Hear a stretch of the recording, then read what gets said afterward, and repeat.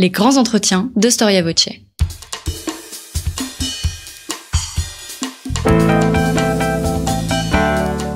Une émission de la rédaction de Storia Voce.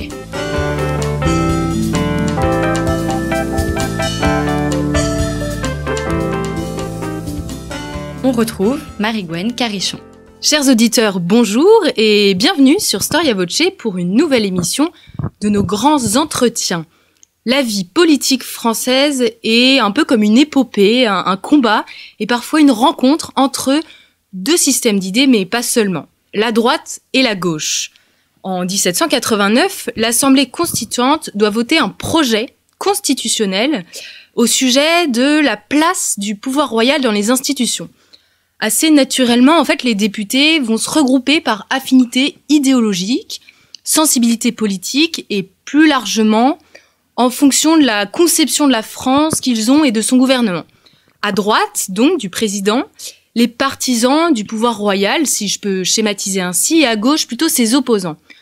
Le clivage, d'abord topographique, prit ensuite un sens plus large, jusqu'à devenir un référent incontournable pour la politique française, et ça dure jusqu'à aujourd'hui.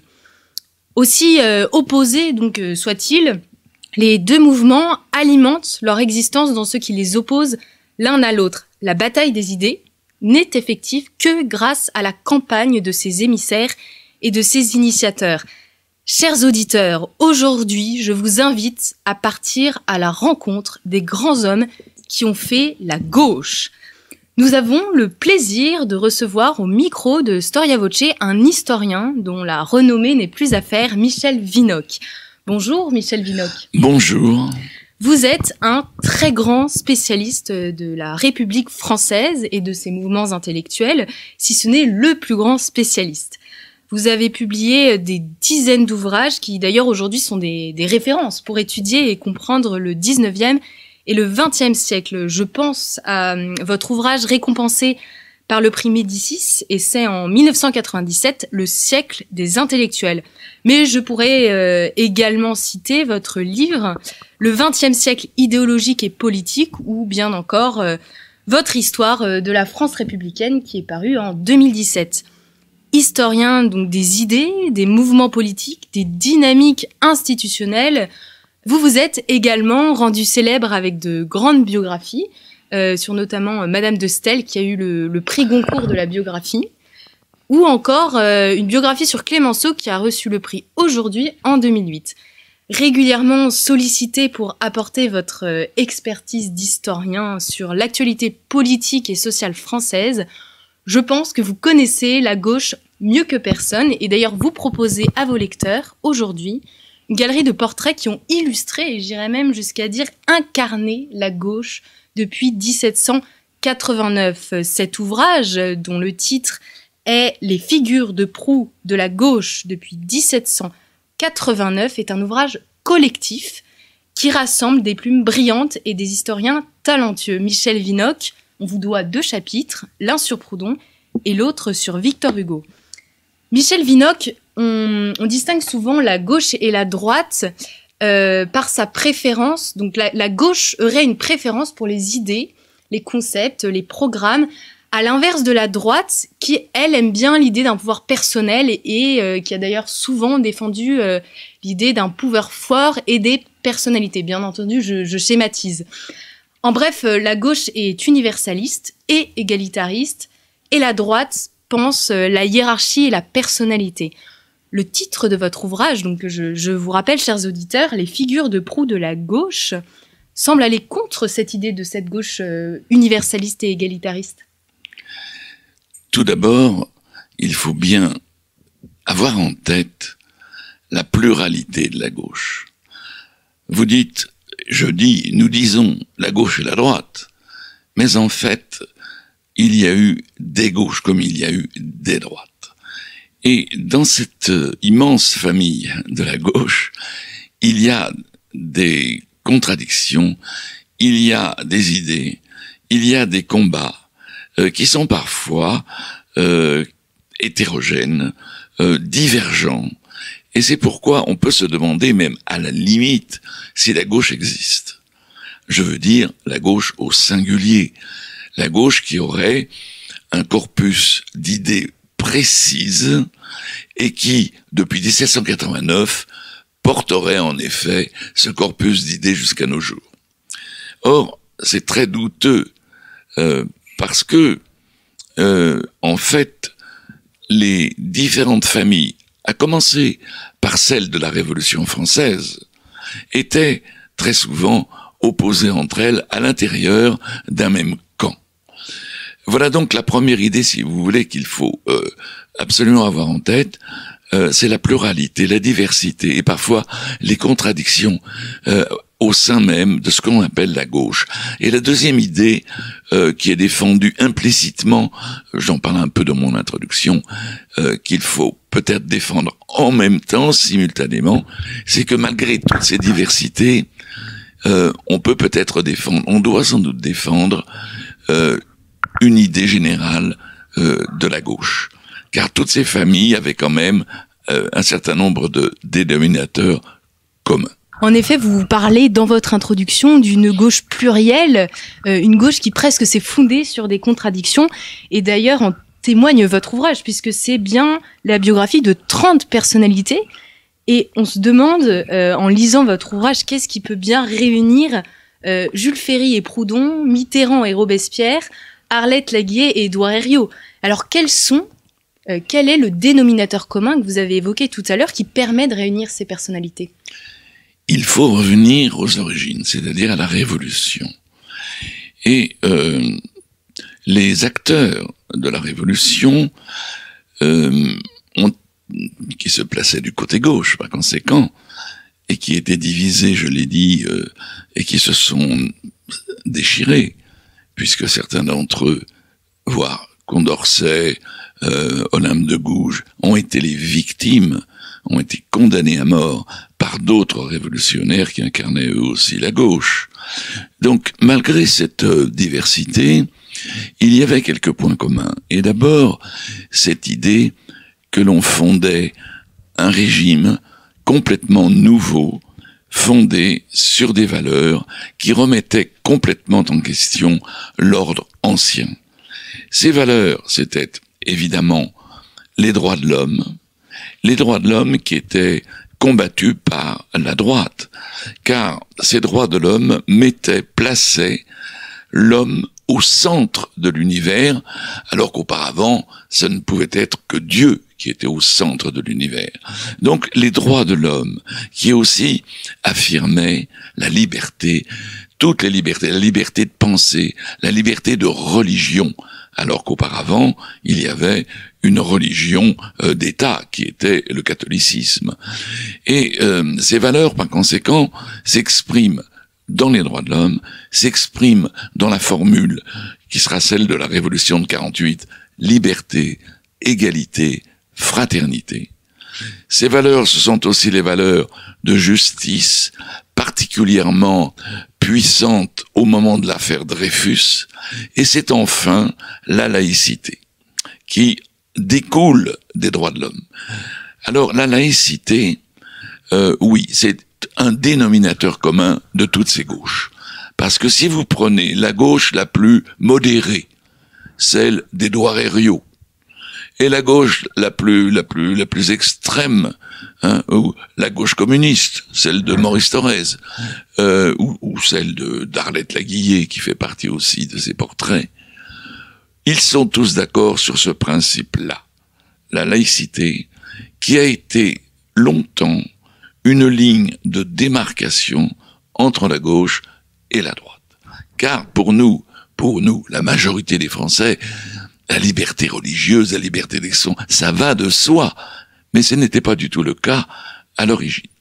Or, précisons tout de suite que la difficulté pour définir une gauche, même sur ce principe-là, vient du fait que une grande partie de ces valeurs ont été approuvées, assumées aussi par la droite.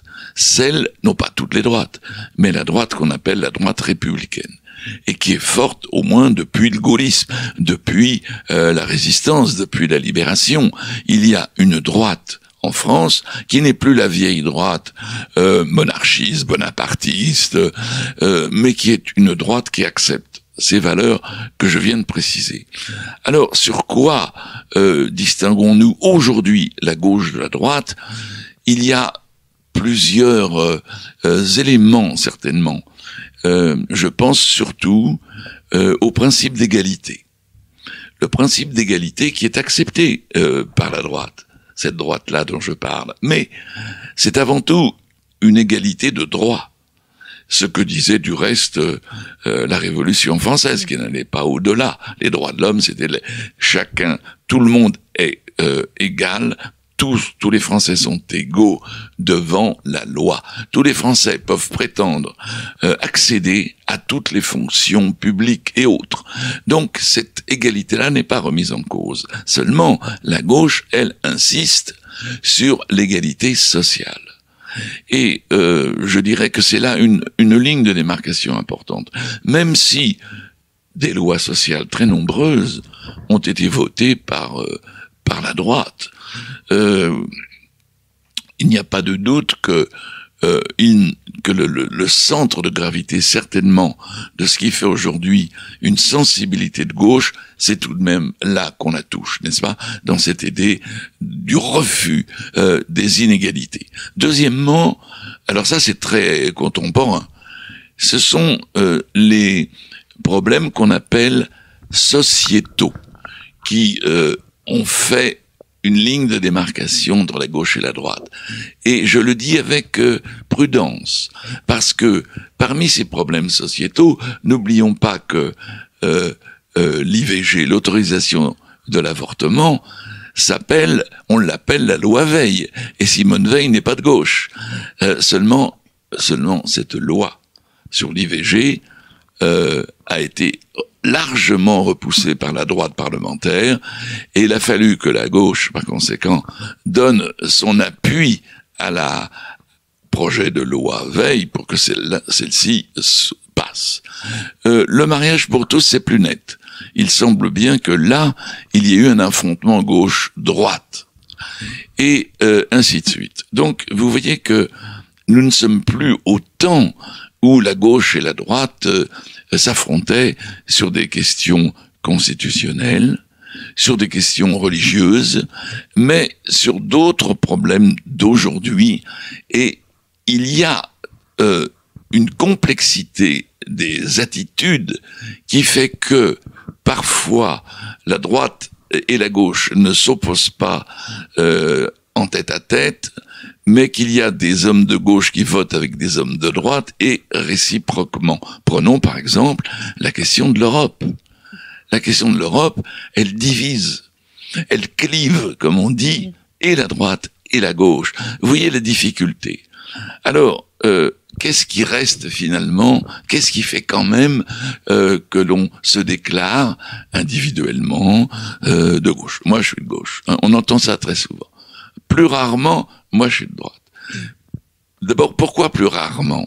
Parce que la droite a une histoire qui fait qu'elle a été longtemps opposée à la République, à la démocratie, qu'elle a eu beaucoup de connivence avec le régime de Vichy. Donc, on ne se vante pas trop d'être de droite. Mais tout cela a quand même changé depuis la Ve République. Et depuis les années au moins 1980, la droite s'assume. Elle se dit de droite, ce qui n'a pas été toujours le cas. Voilà donc quelques observations sur la complexité des choses.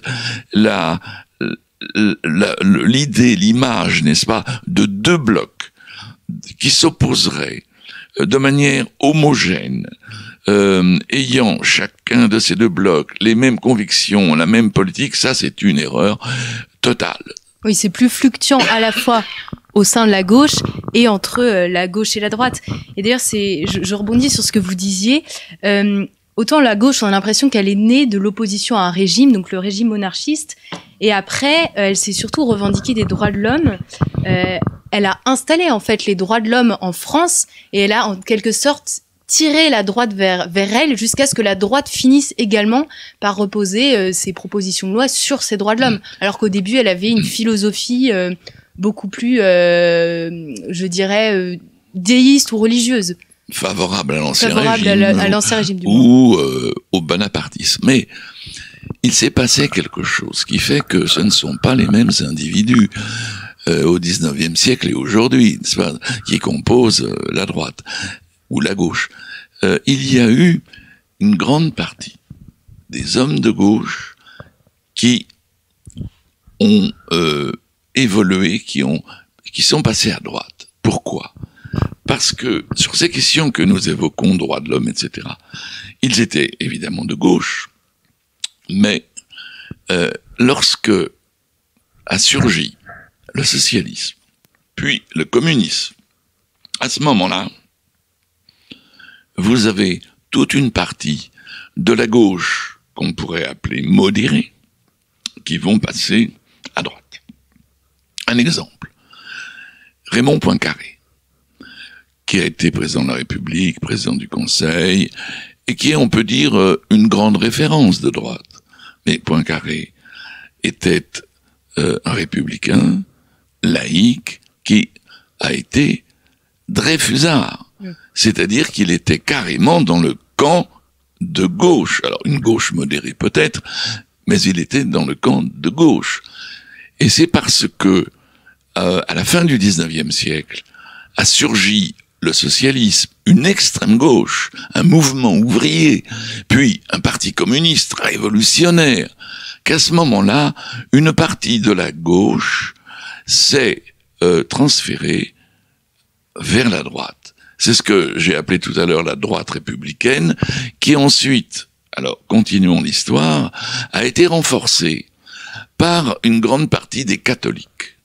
En effet, les catholiques étaient liés à la droite, historiquement, favorables à la monarchie, pendant, je dirais, jusqu'à la fin du 19e et même au début du 20e siècle.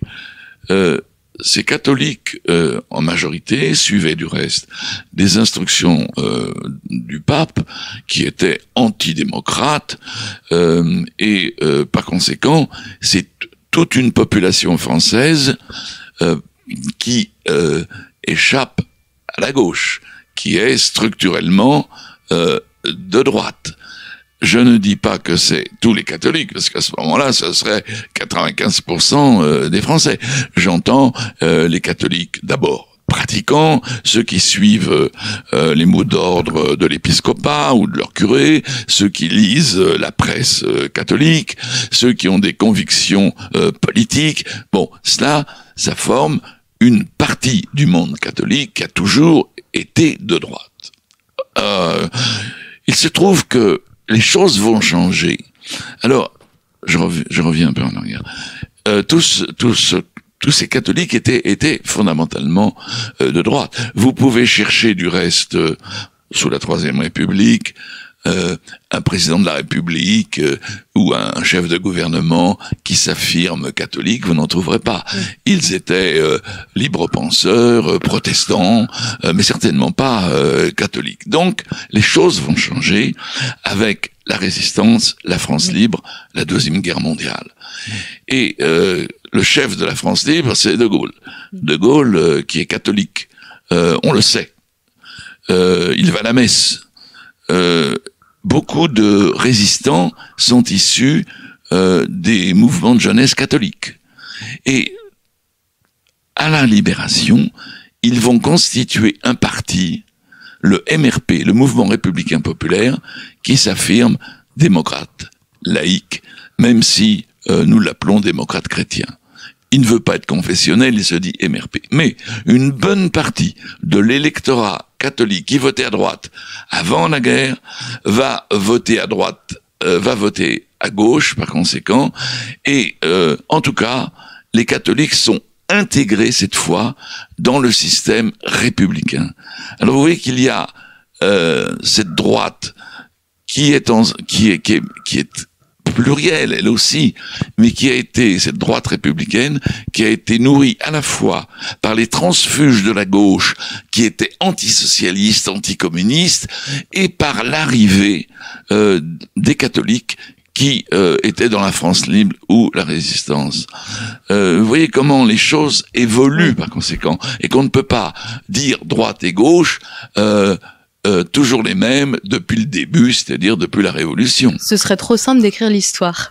Michel Vinocq, quels sont les événements fondateurs des gauches ou de la gauche? Quels sont à part la Révolution française, qui est, comme le dirait Mona Ozouf, l'acte de baptême de la gauche, quelles sont les autres grandes périodes qui ont donné à la gauche, aux gauches, son impulsion et sa structure? Pendant tout le 19e siècle, la gauche est assimilée à la République. Les gens de gauche, qui se disent du reste pas de gauche, ils se disent républicains. Et que veulent-ils? Eh bien, évidemment, lutter contre le pouvoir personnel, qui a d'abord pris la forme de la restauration de l'autorité avec Napoléon, avec Bonaparte, puis le retour, la restauration de la monarchie avec Louis XVIII, et par conséquent, les grands événements sont ceux qui ont vu les républicains vouloir instaurer la République contre les régimes monarchistes, et on pourrait citer d'abord la Révolution de 1848. Qui va fonder la Deuxième République. Et en même temps, qui va prendre d'emblée deux grandes décisions: l'abolition de l'esclavage dans les colonies, donc il n'y en avait pas en France, c'est dans les colonies, l'abolition de l'esclavage et le suffrage universel. Alors, aujourd'hui, on rajoute toujours masculin. Mais à l'époque, on n'y pensait même pas distinguer le suffrage universel. Ça allait de soi. Les femmes n'avaient pas le droit. Ni la gauche ni la droite pensaient, sauf quelques minorités. Il y a toujours eu, je dirais, des femmes qui ont défendu l'idée qu'elles avaient le droit au suffrage. Mais enfin, l'immense majorité de la gauche n'y pensait pas. Les républicains n'y pensaient pas. Donc 48, oui. Alors la révolution de 48 va échouer. Je passe sur les détails. Il va y avoir un coup d'État en décembre 51 et la restauration un an plus tard de l'Empire avec Napoléon III. Et naturellement, le deuxième grand événement, ça va être d'abattre Napoléon III. En fait, les républicains n'ont pas eu à abattre Napoléon III puisque la guerre franco-prussienne qui a eu pour conséquence notamment de faire prisonnier l'empereur, la révolution du 4 septembre 1870, il y a à Paris une rue du 4 septembre, c'est donc le jour où la foule dans la rue a proclamé la République, tandis que Napoléon III, lui, était prisonnier.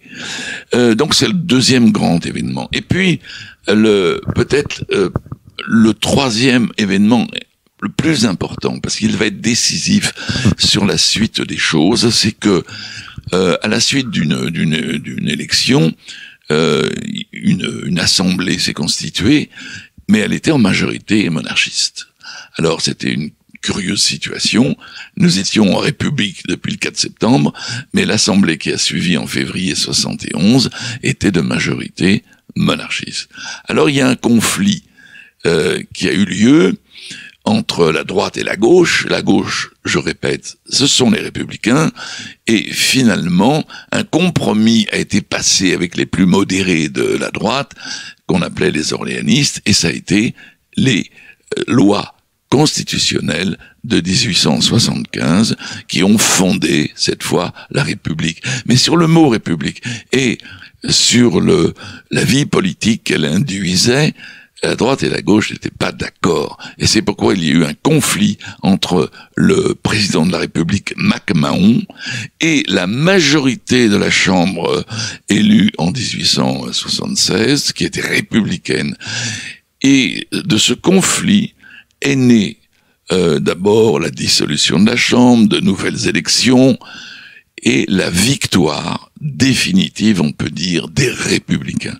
C'est ce qu'on appelle la crise du 16 mai 1877, par laquelle la République s'affirme et donne les pouvoirs à qui? Et là, on retrouve un peu l'origine de la gauche. Les pouvoirs appartiennent à l'Assemblée.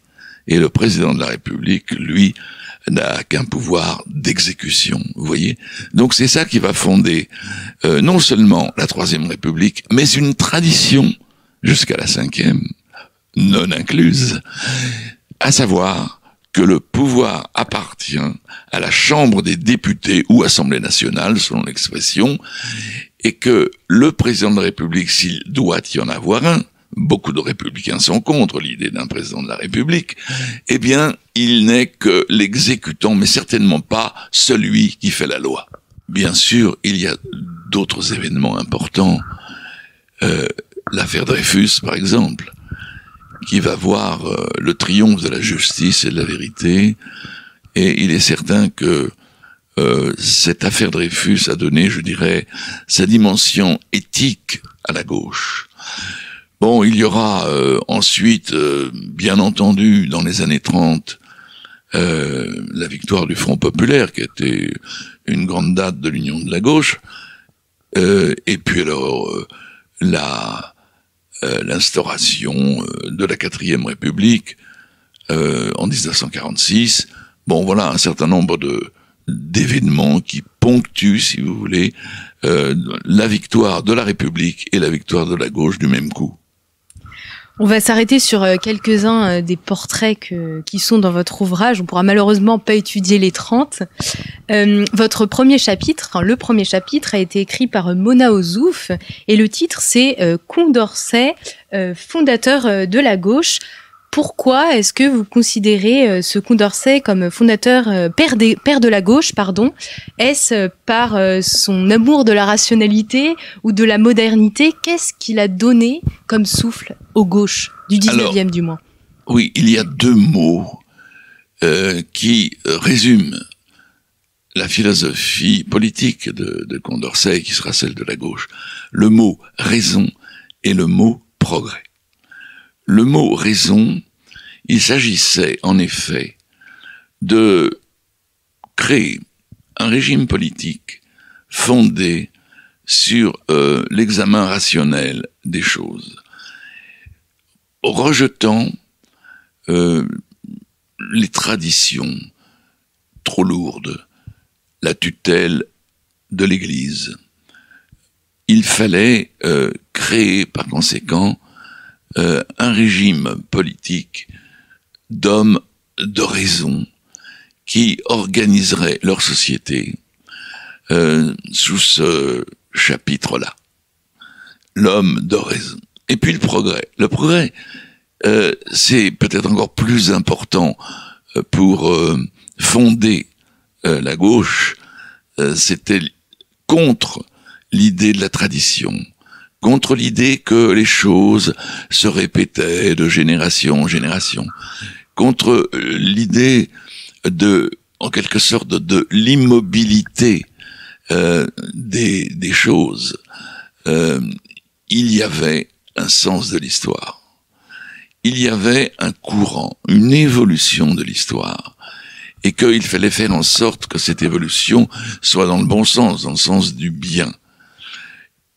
Condorcet va écrire donc son grand livre sur le progrès de l'esprit humain, et je dirais que de manière très radicale, il a opposé à la religion du passé, il a opposé l'esprit de l'avenir, l'esprit du présent et l'esprit de l'avenir.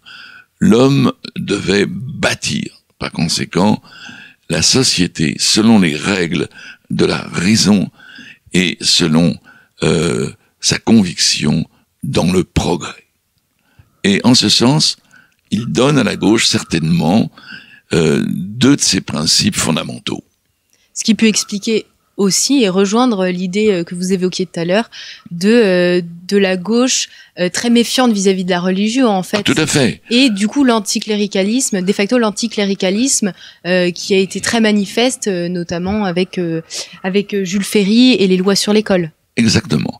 Vous savez, pour établir la République, il fallait pas seulement se battre contre les monarchistes ou les bonapartistes, il fallait se battre contre l'enseignement politique de l'Église. Je précise, l'enseignement politique de l'Église, car les républicains, en tout cas dans leur majorité, et leur grand leader, n'étaient pas contre la religion. Bien entendu, eux-mêmes, la plupart n'en avaient pas. Ils étaient libres penseurs. Mais il y avait aussi des protestants. Ne l'oublions pas. Donc, c'était pas contre la religion en soi, c'était contre la dimension politique de la religion. La religion la plus importante en France était évidemment le catholicisme, parce que le catholicisme, ne l'oublions pas, prônait à travers les encycliques de ces papes, à travers tout l'enseignement dogmatique de Rome et répercuté par l'épiscopat français, par tout le clergé. N'oublions pas que cette doctrine de l'Église était fondamentalement, au XIXe siècle, fondamentalement contre les droits de l'homme, contre la liberté de penser, contre la liberté religieuse et contre la démocratie. Alors, a fortiori, contre le socialisme, quand le socialisme sera créé, bien entendu. Donc, les républicains, même les plus ouverts, je dirais, les plus modérés, vous avez cité le nom de Jules Ferry. Jules Ferry n'est quand même pas d'extrême gauche, mais il était républicain. Et il avait cette conviction, évidemment, que on établirait durablement la République que en faisant des républicains. Et comment faire des républicains? Il fallait commencer très tôt, c'est-à-dire par l'école. Et l'école, jusqu'alors, était trop largement aux mains de l'Église. Donc il fallait, premièrement, que les enfants accèdent à l'école, c'est le principe d'obligation, de la gratuité, puisque jusqu'alors on payait et qu'il fallait que l'école soit gratuite pour que l'on y aille. Et puis, troisièmement, principe de laïcité. C'est-à-dire qu'on n'interdisait pas la religion. Il y avait même une journée par semaine, le jeudi, qui était libérée de l'école pour donner aux familles qui le voulaient la possibilité d'envoyer leurs enfants au catéchisme. Mais à l'école, il n'y avait pas d'enseignement religieux. Et c'est pourquoi les adversaires catholiques de Jules Ferry ont appelé cette école l'école sans Dieu. Donc il y a eu une bataille, et une bataille qui a été remportée par les républicains, donc par la gauche, avec l'instauration de ces lois laïques. Voilà pourquoi Ferry, qui est un esprit modéré, que l'on classe parfois plutôt à droite même, quand on pense à son œuvre coloniale et même colonialiste, et on en parle en faisant pas mal d'anachronismes, enfin, je ferme la parenthèse là-dessus, modéré certainement, mais néanmoins républicain, et donc de gauche, laïque, et donc de gauche à son époque. Alors, je voudrais justement rebondir sur ce que vous dites sur Jules Ferry, qui était colonialiste, et aujourd'hui, la gauche est très anticolonialiste.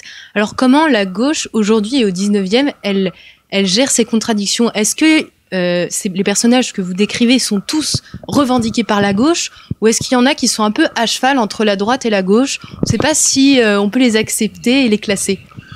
Oui, mais il n'y a pas de gauche essentielle, je veux dire, il n'y a pas d'essence de la gauche.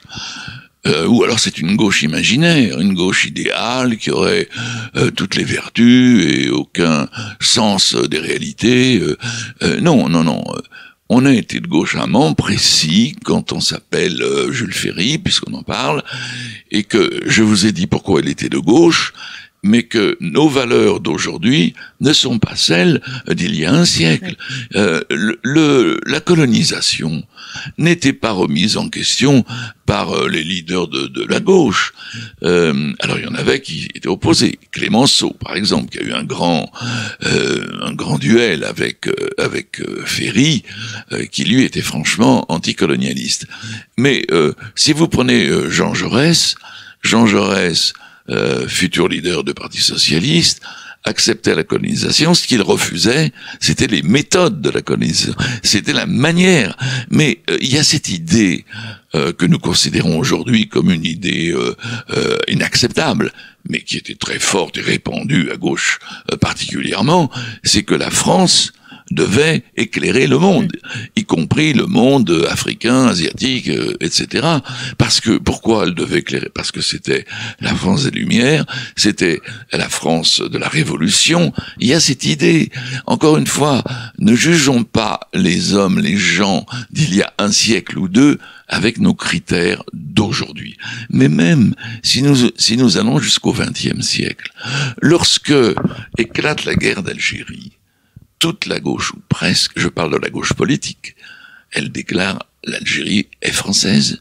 Même François Mitterrand, je dis même Mendès France. Vous voyez, donc cette idée, ne faisons pas de nos idées d'aujourd'hui celles d'hier ou d'avant-hier.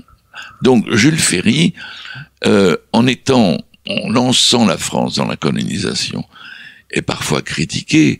Mais c'est pas parce que il va acquérir des terres à la France, c'est parce que, entre autres arguments, il va disperser l'armée française, alors que après la défaite de 1870-71, nous avons besoin d'une armée forte aux frontières. Voilà des arguments contre Ferry qui n'étaient pas véritablement ceux d'aujourd'hui.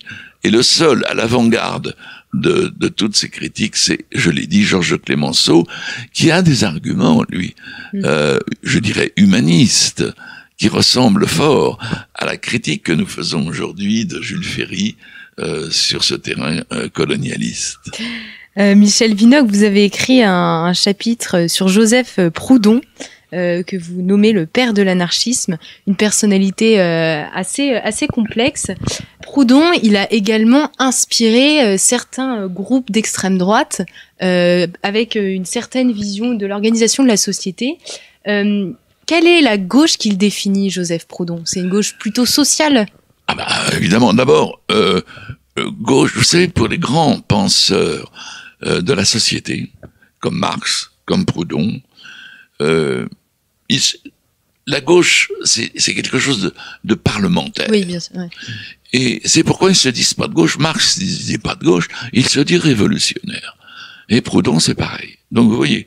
Mais néanmoins, bon, il se trouve que Marx, quand même, on va pas le mettre à droite, et Proudhon non plus. Même si une certaine droite a voulu le revendiquer, parce qu'on peut toujours tirer de son œuvre, qui est immense, un certain nombre de propos, d'attitudes, qui fait que... Mais je vais vous montrer pourquoi il n'est pas... Et on peut vraiment le placer à gauche à un moment précis, lorsqu'il est député à l'Assemblée de la Révolution de 1848. Il y a eu en 48 3 journées terribles de lutte de classe, une insurrection ouvrière qui s'est faite. On les appelle les journées de juin. Et l'insurrection ouvrière, à cause de la fermeture des ateliers nationaux, je passe sur les détails, a opposé par conséquent un véritable mouvement ouvrier qui a su se battre, tenir derrière ces barricades, en face de l'armée régulière, l'armée de la République, notez-le bien, on est en République.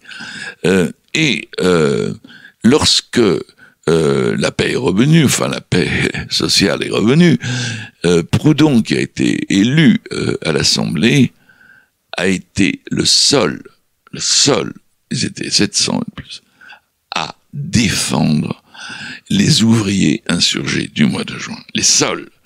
Donc on ne peut pas dire que c'était une attitude de droite. Et du reste, Marx, avec lequel il s'était brouillé, car les deux hommes ont été à un moment très proches l'un de l'autre, Marx, à la mort de Proudhon, lui a rendu hommage précisément sur cette attitude-là. Alors, ce qui différencie Proudhon des penseurs de gauche de son époque, comme Louis Blanc, etc., c'est que lui, il pense que le socialisme se fera non pas par l'État, par le haut, mais par le bas, c'est-à-dire par la construction, par les ouvriers eux-mêmes, des éléments qui vont bouleverser, transformer la société capitaliste. C'est ce qu'il appelle le mutualisme. Je dirais que c'est le début de l'idée d'autogestion, n'est-ce pas? À savoir que c'est en construisant soi-même une nouvelle économie qu'on parviendra à la révolution, et non pas par la révolution politique. Il ne veut pas de la révolution politique, parce qu'elle mène toujours à la tyrannie, dit-il. Il y a une révolution, très bien, tout le monde est content, on l'a gagnée, et puis, dans les mois, les semaines, les mois ou les quelques années qui suivent, c'est le retour d'un pouvoir fort, même si c'est un pouvoir de gauche parfois. Donc, pas de révolution politique, mais révolution économique. Voilà en quoi Proudhon a une place originale, mais il a eu une immense influence sur le mouvement ouvrier français. Du reste, quand vous prenez plus tard la CGT, c'est-à-dire le syndicalisme révolutionnaire d'avant la CGT communiste, la CGT d'avant 1914, son principe, c'est le refus de la lutte politique. C'est la révolution par la grève générale, par les syndicats et non pas par le parti politique. Eh bien, il y a là une sorte de filiation qu'a bien analysé l'historien Lucien Febvre du reste, qui montre que entre Proudhon et le syndicalisme révolutionnaire, il n'y avait pas une filiation directe, mais une inspiration indirecte. Donc Proudhon est assurément un des grands penseurs sociaux qui a été un vaincu. Il a été vaincu par, évidemment, principalement, la révolution d'octobre, la révolution communiste, qui à tout jamais a rangé Proudhon dans le camp des petits bourgeois. On a parlé socialisme et marxisme avec Marx. Combien, selon vous, de familles de gauche, Michel Vinocq, si on voulait classifier tous ces grands personnages? Est-ce que c'est possible? Ou est-ce que trop de chapelles pour une seule église? C'est amusant parce que vous m'interrogez au moment où on lit dans les journaux qu'il y a en tout 34 listes pour les élections européennes, et parmi ceux-ci, une bonne partie qui sont de gauche. Enfin, il y en a au moins 6 qui sont caractérisés de gauche, peut-être plus. Donc, oui, c'est très difficile. Bon, parce que, si vous voulez, on a résumé cette opposition, cette diversité, de manière schématique en disant, bah oui, il y a les partisans de la réforme et les partisans de la révolution. Il y a les révolutionnaires et puis il y a en face les réformistes, les sociodémocrates. Bon, ça c'est simple, mais c'est beaucoup trop simple. Parce que si vous prenez la famille réformiste, vous voyez à quel point il y a des contradictions. Aujourd'hui encore, regardez le parti de Monsieur Hamon, le parti défendu par le Parti socialiste. La question est très très difficile. Pourquoi? Parce qu'on a l'impression qu'on assiste au cours de l'histoire à un phénomène de sissiparité, c'est-à-dire que quand il y a une gauche assez précise, eh bien elle a tendance à se fractionner encore, et parfois ça arrive dans les groupuscules. Regardez la famille trotskiste. Il y a eu pendant longtemps, aux élections présidentielles, 3 candidats trotskistes. Vous vous rendez compte? Voilà des gens qui représentent quand même une infime minorité de l'électorat français et qui ont quand même et qui ont quand même l'idée de se diviser en 3. Vous voyez combien votre question est difficile, parce que il y a bien entendu le problème des doctrines, les divisions doctrinales. Mais n'oublions pas que là-dessus se greffent les conflits de personnes qui créent parfois des mouvements qui sont attachés à une figure, à un chef de file, alors que leurs idées ne sont pas si différentes, n'est-ce pas, du parti voisin. Donc vous me posez une colle, c'est très compliqué. Alors moi je vous dirais très franchement que je n'en sais rien. Aujourd'hui je vois qu'il y a, en partant de l'extrême gauche, il y aurait un mouvement anarchiste plus ou moins violent qui se manifeste notamment dans les défilés, etc. Il y a une extrême gauche qui s'appelle la France insoumise, qui est dans la filiation, je dirais, du Parti communiste, même s'il n'y a plus de lien avec le Parti communiste, bien sûr. Mais il reste un Parti communiste qui est évidemment groupusculaire, ou presque aujourd'hui, mais quand même avec un certain nombre de, je dirais, de municipalités, etc. Il existe encore, hein, bon. Alors, il y a ensuite une gauche qui est issue du Parti socialiste. Il y a une gauche dissidente du Parti socialiste et qui est représentée par Monsieur Hamon. Et il faut y ajouter parce que ils se sont révélés historiquement quand même plutôt de gauche, les écolos qui ne sont pas tous de gauche. Et l'écologisme, on ne peut pas dire qu'elle soit de gauche fondamentalement. Elle peut être de droite comme de gauche. Mais historiquement, en France, on a vu du reste qu'elle faisait partie de ce qu'on appelle la gauche plurielle. Hein. Alors, voilà déjà six différentes gauches. On peut y ajouter une gauche intellectuelle qui ne se reconnaît dans aucune de ces formations, qui a je dirais son autonomie, qui pense la gauche, la politique, indépendamment des partis, mais qui est néanmoins une gauche importante, influente, puisque c'est celle qui écrit dans les journaux, les revues, etc. Bon, enfin, nous sommes déjà à 7, mais je suis certainement loin d'avoir achevé le tableau. On voit donc une gauche plurielle qui a du mal à se fixer, mais en même temps, quand on voit Victor Hugo, qui est seulement une personnalité, qui est passée par à peu près toutes les couleurs politiques, on comprend que ce soit beaucoup plus compliqué d'expliquer les gauches avec des termes arrêtés et des définitions fixes. Un mot sur Victor Hugo, Michel Vinocq, pour vous, comment est-ce que il illustre la gauche? Est-ce qu'on peut dire que c'est l'intellectuel de gauche du 19e ou le terme est un peu fort? Oui, le mot n'existe pas, hein, mais disons, c'est le grand écrivain républicain. Voilà. Alors, de gauche, hein, forcément. Mais n'oublions pas que la majeure partie de sa vie, il l'a passée sous l'étendard de la droite monarchiste. Il a été un jeune poète subventionné par la Restauration. Il a été un grand partisan de Louis-Philippe et même un notable de la monarchie de Juillet, puisque c'est sous la monarchie de Juillet qu'il est devenu pair de France, qu'il a été élu à l'Académie française. Et c'était un notable de droite, modéré sans doute. Mais pour lui, la République n'était pas mûre. Ça sera sans doute l'avenir, disait-il. Mais pour le moment, c'est pas encore fait. Il faudra que le peuple, évidemment, mûrisse. Et pour mûrir, il pensait, ça c'était déjà une idée de gauche, il fallait l'éducation. Il fallait l'école pour tous. Bien. Alors, cet homme de droite, néanmoins, avait quand même montré qu'il pouvait avoir des élans humanistes qu'il ne classait pas spécialement à droite. C'était, par exemple, son combat contre la peine de mort.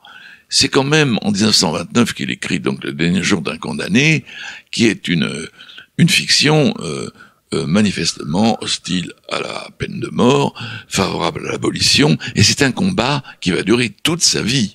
Or, il commence à le mener alors qu'il est vraiment de droite. Vous voyez donc les contradictions. Ensuite, il y a chez lui une autre dimension humaniste qui est son regard sur la pauvreté.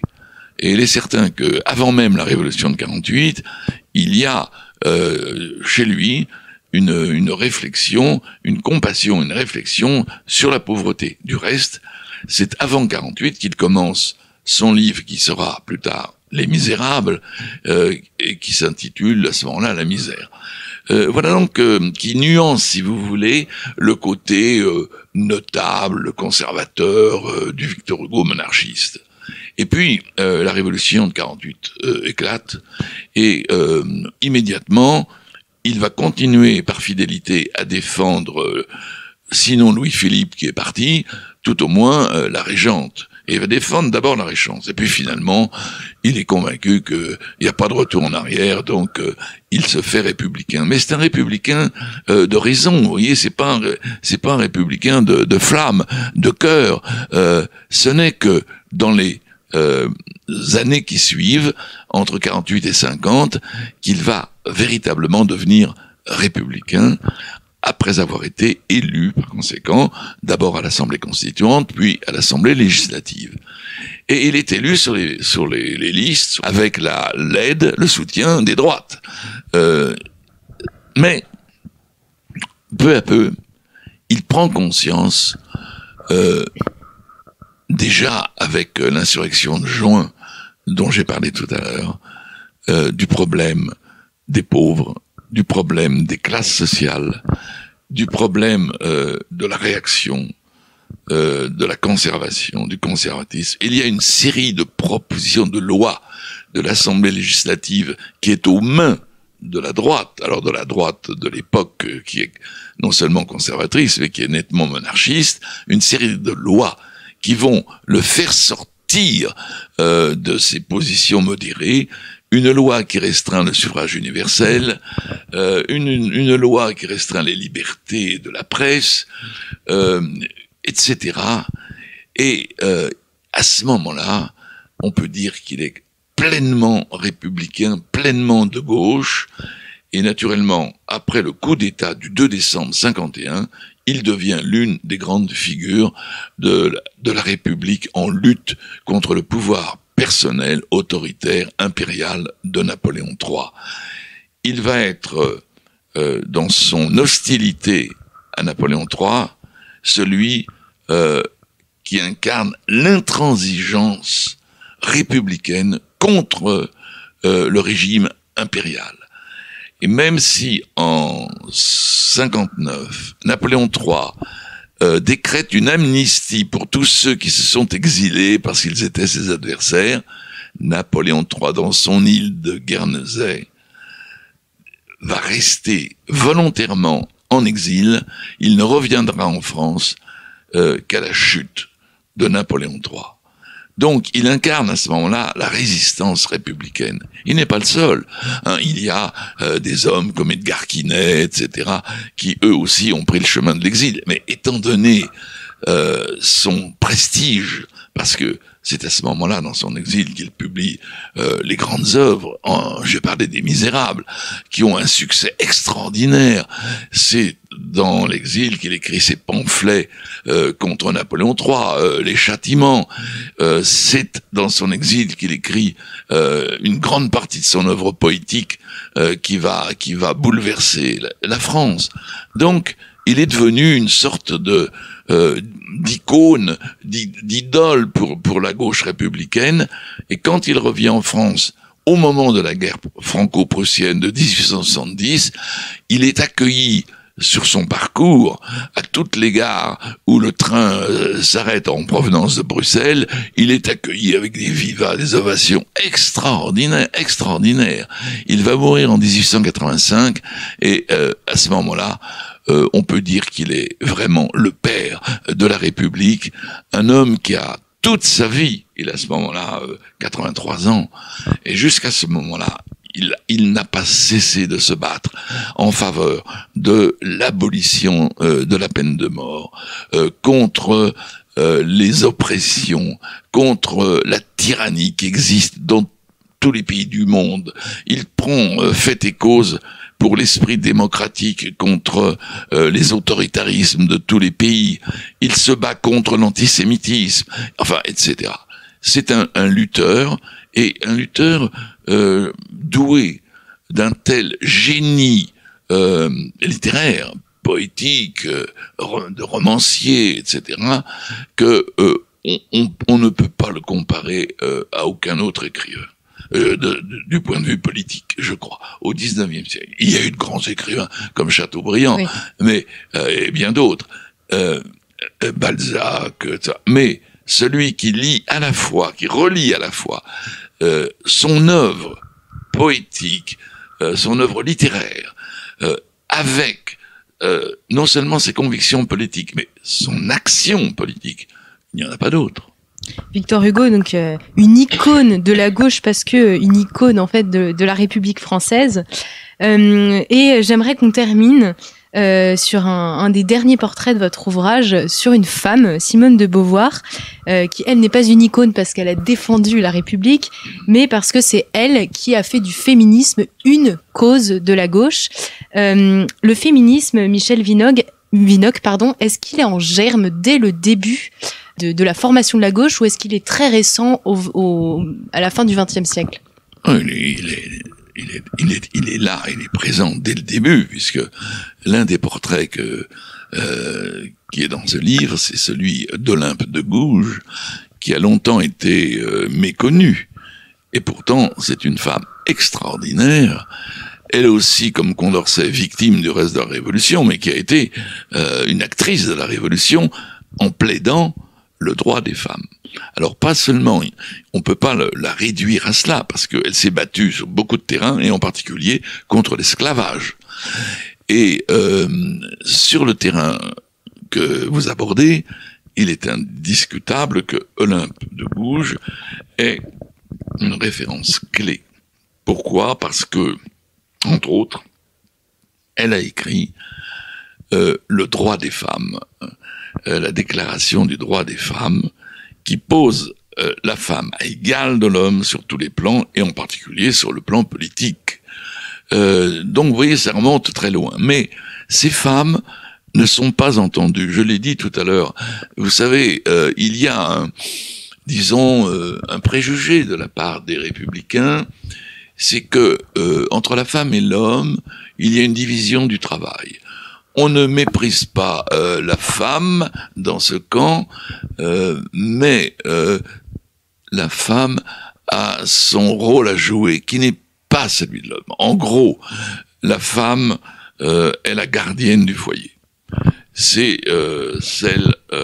l'individu qui a la responsabilité de la maison, des enfants, et qui doit, par conséquent, laisser l'homme, lui, à son action extérieure à la famille. Sur la place publique, il n'y a que des hommes. Et cette conviction-là est une conviction philosophique que l'on peut trouver dans beaucoup d'ouvrages, même chez certains philosophes des Lumières. Il n'y a pas cette idée que nous avons de l'égalité. Égalité dans le sens du respect, oui, ça certainement, mais certainement pas dans le sens de l'égalité parfaite à tous les emplois. Je prendrai l'exemple de Madame de Staël, à laquelle je me suis intéressé, qui avait une tête politique, qui est une intelligence politique remarquable. Eh bien, très souvent, elle écrit ses textes sous le nom d'un homme. Ça sera aussi vrai pour George Sand, vous voyez, pour d'autres femmes. Parce que si on veut s'imposer, il faut qu'on passe pour un homme. Donc, c'est une idée reçue très forte et qui n'est pas de droite ou de gauche, non. Là, c'est une idée de la société, c'est comme ça. Alors, pour que on en arrive à un féminisme qui marque des points, il faut attendre le XXe siècle. Et encore, c'est seulement en 1944, comme vous le savez, que De Gaulle, le gouvernement provisoire dont il est le président, et lui-même vote le droit des femmes à voter, à être éligibles, etc. C'est un immense retard. Alors il y avait aussi un frein qui a joué dans ce sens, c'est que les femmes sous la Troisième République passaient, et il y avait du vrai là-dedans, n'est-ce pas, pour beaucoup plus soumises à la tutelle religieuse que les hommes. Les hommes, en gros, étaient largement émancipés de l'Église, tandis que les femmes, c'est elles qui constituaient quand même le gros des fidèles, et par conséquent, qui pouvaient être influencées par leurs confesseurs, par les curés, etc., et être anti-républicaines, voter à droite.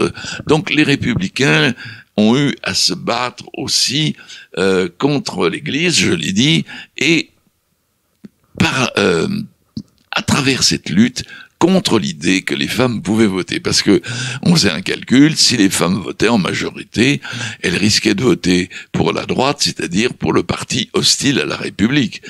C'était très dangereux. Beaucoup se sont expliqués du reste avec cet argument. Alors il y a l'aspect philosophique que j'ai dit, n'est-ce pas, chacun son rôle, qui était partagé par la gauche et la droite, mais il y avait aussi cet aspect électoraliste, qui a retardé certainement en France l'admission des femmes au vote. Même si aujourd'hui, bien entendu. Alors, donc, le mouvement féministe a véritablement démarré, je dirais, oui, dans les années 70, parce que même en 68, le mouvement féministe, il est très discret, hein. C'est donc dans les années 70, avec le grand mouvement mené notamment par Simone de Beauvoir, Gisèle Halimi, etc., où là, on va avoir des associations féministes et un combat féministe qui va de plus en plus s'affirmer. Mais ça a été très très long, comme vous le voyez. Une longue lutte, et c'est bien ce que montre votre ouvrage. C'est en fait 30 portraits, 30 personnages qui se sont battus plus ou moins toute leur vie pour faire triompher ces idées de gauche. Et je vous rappelle, chers auditeurs, idées de gauche qu'il faut unifier avec prudence. La gauche n'est pas une entité fixe. Merci beaucoup Michel Vinocq pour cette approche des gauches, grâce à l'approche donc de ces personnages, ces grandes figures qui nous permettent de poser un nouveau regard non seulement sur ce mouvement mais également sur l'histoire. Si on peut qualifier ainsi donc ce mouvement plutôt comme une posture au carrefour de différentes tendances à la fois politiques, idéologiques, philosophiques, sociales et littéraires. Je vous renvoie donc, chers auditeurs, à l'excellent ouvrage dirigé par Michel Vinocq et signé par de très grands noms de l'historiographie française. Je rappelle le titre, Les figures de proue de la gauche, depuis 1789, que vous trouverez aux éditions Perrin. Merci à tous et à toutes pour votre fidélité et à très bientôt pour une nouvelle émission Storia Voce.